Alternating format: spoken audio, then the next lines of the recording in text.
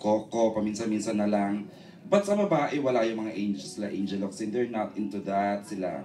Bakit kaya mas passionate ang mga Gusto nila, wala lang siguro silang oras. Actually, I would okay. talk to Bea, I would talk to Angel. Bea, tama. Yeah, even Angelica. Angelica, tadhana, di ba? Ayun pala, It oo depends. pala. It depends naman kung... kasi parang, in all honesty, parang mas maganda kung wala ng, walang disparity. Wala ng difference between indie and mainstream because nowadays halos pareho na rin ang budget eh. When we did Kimidora, ang budget namin pang mainstream pero it was perceived to be an indie film. So that's what we want to do para mapa-indie man yan. Tadhana was an indie film but it grossed more than 200.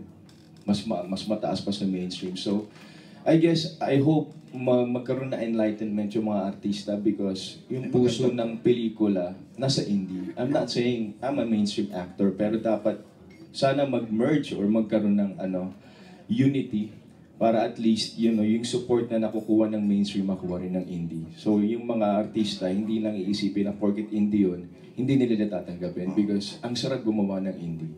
Ayun, okay.